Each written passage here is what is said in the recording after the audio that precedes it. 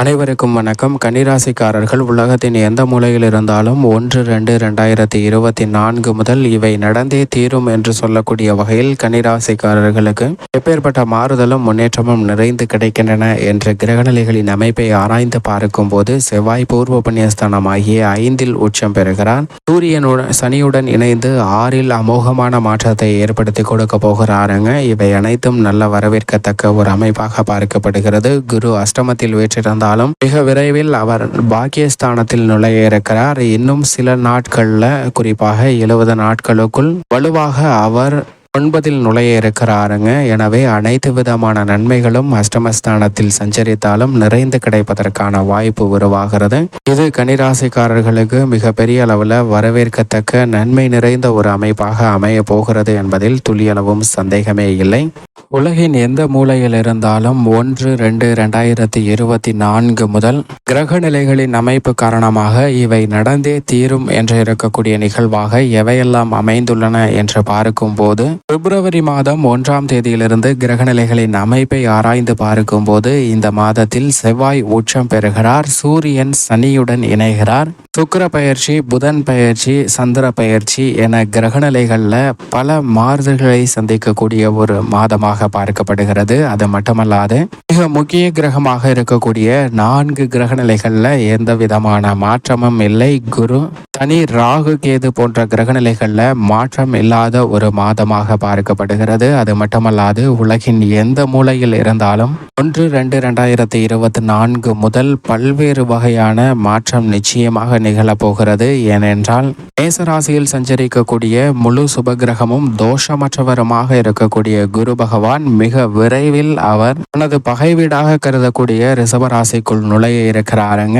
இன்னும் சரியாக 70 நாளில் அவர் உள்ளே நுழைய இருக்கிறார் ரிஷபராசிக்குள். எனவேதான் இந்த தருணத்தில் மேசராசியில் சஞ்சரிக்கக்கூடிய குருவின் அமைப்பு காரணமாக அதிவிரைவாக பல நன்மைகள் நிறைந்து கிடைக்கும். ஏனென்றால் குருவின் நட்பு கிரகமாக பார்க்கப்படுகிறார் செவ்வாய். அவருடைய நட்பு வீட்டில் சஞ்சரிக்கக்கூடிய இந்த தருணத்தில் குருவின் அமைப்பு காரணமாக பல நன்மையும் அதிர்ஷ்டமும் யோகமும் நிறைந்த விஷயங்கள் துரிதமாக கிடைப்பதற்கான வாய்ப்பு உருவாகிறது. எனவேதான் 1-2-2024 முதல் உலகத்தின் எந்த மூலையில் இருந்தாலும் எதிர்பாராத பல அதிரடியான மாற்றங்களை சந்திப்பதற்கான வாய்ப்பை நிச்சயமாக முழு சுபகிரகமாக இருக்கக்கூடிய குரு ஏற்படுத்தி கொடுக்க போகிறாருங்க. அவர் கொடுக்கக்கூடிய நிகழ்வுகள் நன்மை நிறைந்தவையாக அமைவதற்கான வாய்ப்பு உருவாகிறது. அது மட்டுமல்லாது சனி மிக வலுவாக குடமாய் நன்மை தரக்கூடிய ஒரு அமைப்பில் ஆட்சி பலம் பெற்று தனது சொந்த ராசியான கும்பராசியில் வலுவாக சஞ்சரிக்கிறார். ஜீவனாதிபதியாக இருக்கக்கூடிய கர்மாதிபதி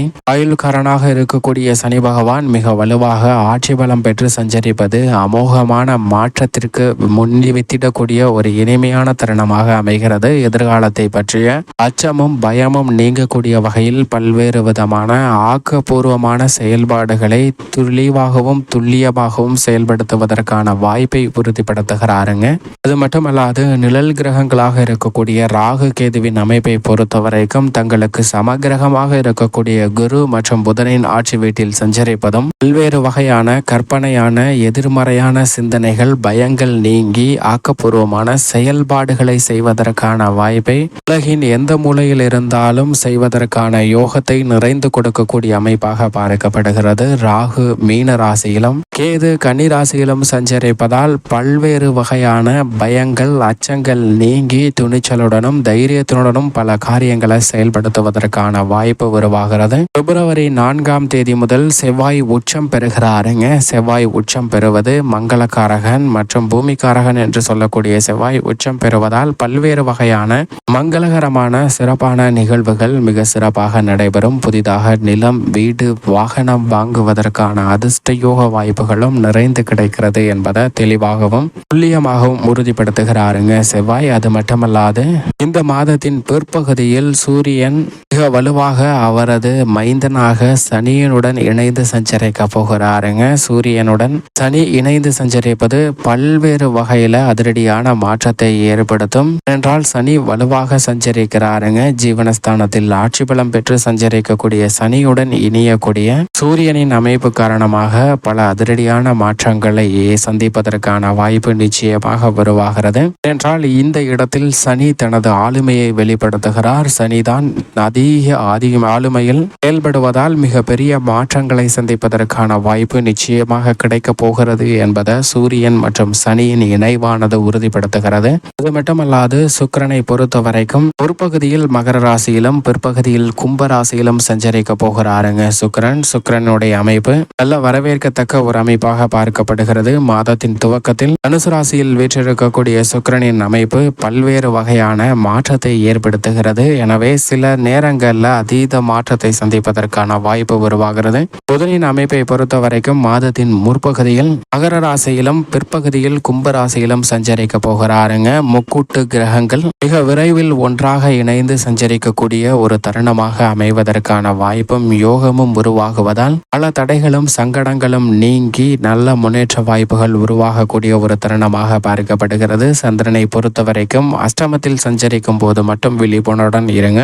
மற்ற தருணங்கள் அனைத்தும் சந்திரன் அபரிவிதமான நன்மையை கொடுக்கக்கூடிய வலுவான அமைப்பில் நிச்சயமாக சஞ்சரிப்பார். இப்படி கிரகநிலைகளின் அமைப்பு உலகின் எந்த மூலையில் இருந்தாலும் 1-2-2024 முதல் கிரகநிலைகளின் அமைப்பு இப்படி இருக்க பிப்ரவரி மாதத்தில் கன்னிராசிக்காரர்களின் குடும்ப சூழ்நிலையை பொறுத்த வரைக்கும் அஷ்டமஸ்தானத்தில் முழு சுப கிரகமாக இருக்கக்கூடிய குரு வீற்றிருந்தாலும் இந்த தருணத்தில் பெரிய அளவிற்கு சிரமம் எதுவும் இல்லை. ஏனென்றால் அவரது சஞ்சார தூரத்தில் 90% மேல் கடந்து விட்டாருங்க. இனி வரக்கூடிய அஷ்டமஸ்தான நிலையில் நல்லதொரு முன்னேற்ற வாய்ப்புகள் நிறைந்து கிடைக்க போகின்றன. பாக்கியஸ்தானத்தை நோக்கி நகர்ந்து கொண்டிருக்கக்கூடிய இந்த வேளையில் அனைத்து விதமான நிகழ்வுகளும் இல்லத்தில் மகிழ்ச்சி நிறைந்தவையாக அமைவதற்கான வாய்ப்பும் யோகமும் கன்னிராசிக்காரர்களுக்கு நிறைந்து கிடைக்கிறது. குருவினுடைய பூரண அருள் கிடைத்து பல விஷயங்களை வெற்றிகரமாகவும் சாதகமாகவும் செய்வதற்கான வாய்ப்பு குடும்ப ரீதியான பணிகளில் நிறைந்து கிடைக்க போகிறது. இந்த தருணத்தில் மிக வலுவாக சனி ரூணரோக சத்துருஸ்தானம் ஆகிய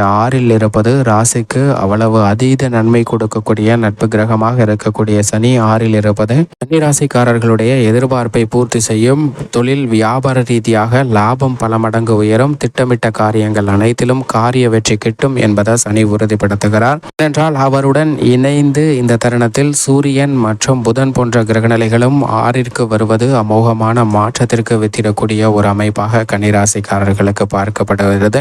ராசியின் அதிபதியாக இருக்கக்கூடிய புதன் 6ஆம் இடத்திற்கு வருவதால் அமோகமான நன்மை விளையக்கூடிய ஒரு இனிமையான தருணமாக அமையும். ஆனால் அதே சமயம் எதிர்பார்ப்புகளை பூர்த்தி செய்யக்கூடிய 7ஆம் இடத்தில் ராகு சஞ்சரித்தாலும் சற்று கவனம் தேவை. ஏனென்றால் ஜென்ம ராசியில் மோட்சக்காரகரான கேது சஞ்சரிக்கிறாருங்க. ஜென்ம கேதுவால் எதை செய்தாலும் ஒரு முறைக்கு இருமுறை யோசித்து செய்ய வேண்டிய ஒரு தருணமாக பார்க்கப்படுகிறது. கேதுவின் அமைப்பு காரணமாக சின்ன சின்ன குழப்பங்களை சந்திப்பதற்கான வாய்ப்பு உண்டு. ஆனால் அதே சமயம் 5ஆம் இடமாகிய பூர்வ புண்ணியஸ்தானத்தில் செவ்வாய் உச்சம் பெறுகிறார். மேலும் எதிர்பார்ப்புகள் பூர்த்தியாகும். சுக்கிரனும் சாதகமாக சஞ்சரிப்பதால் இந்த தருணத்தில் கலைத்துறை மற்றும் அரசியல் துறை சார்ந்த பணிகள் மிக சிறப்பாக நடைபெறும். மேலும் சாதகமாக மாற்றிக்கொள்ள வேண்டும் என்றால் நிச்சயமாக கன்னிராசிக்காரர்கள் நிச்சயமாக வாரத்தில் வியாழக்கிழமை விரதமிருந்து அருகாமையில் உள்ள வராகி அம்மன் ஆலயம் சென்று தீபம் ஏற்றி வழிபாடு செய்யுங்கள். கன்னிராசிக்காரர்களுக்கு நிறைந்த நன்மையும் முன்னேற்றமும் தங்களுடைய வாழ்வில் இனிதாக கிடைக்கும்.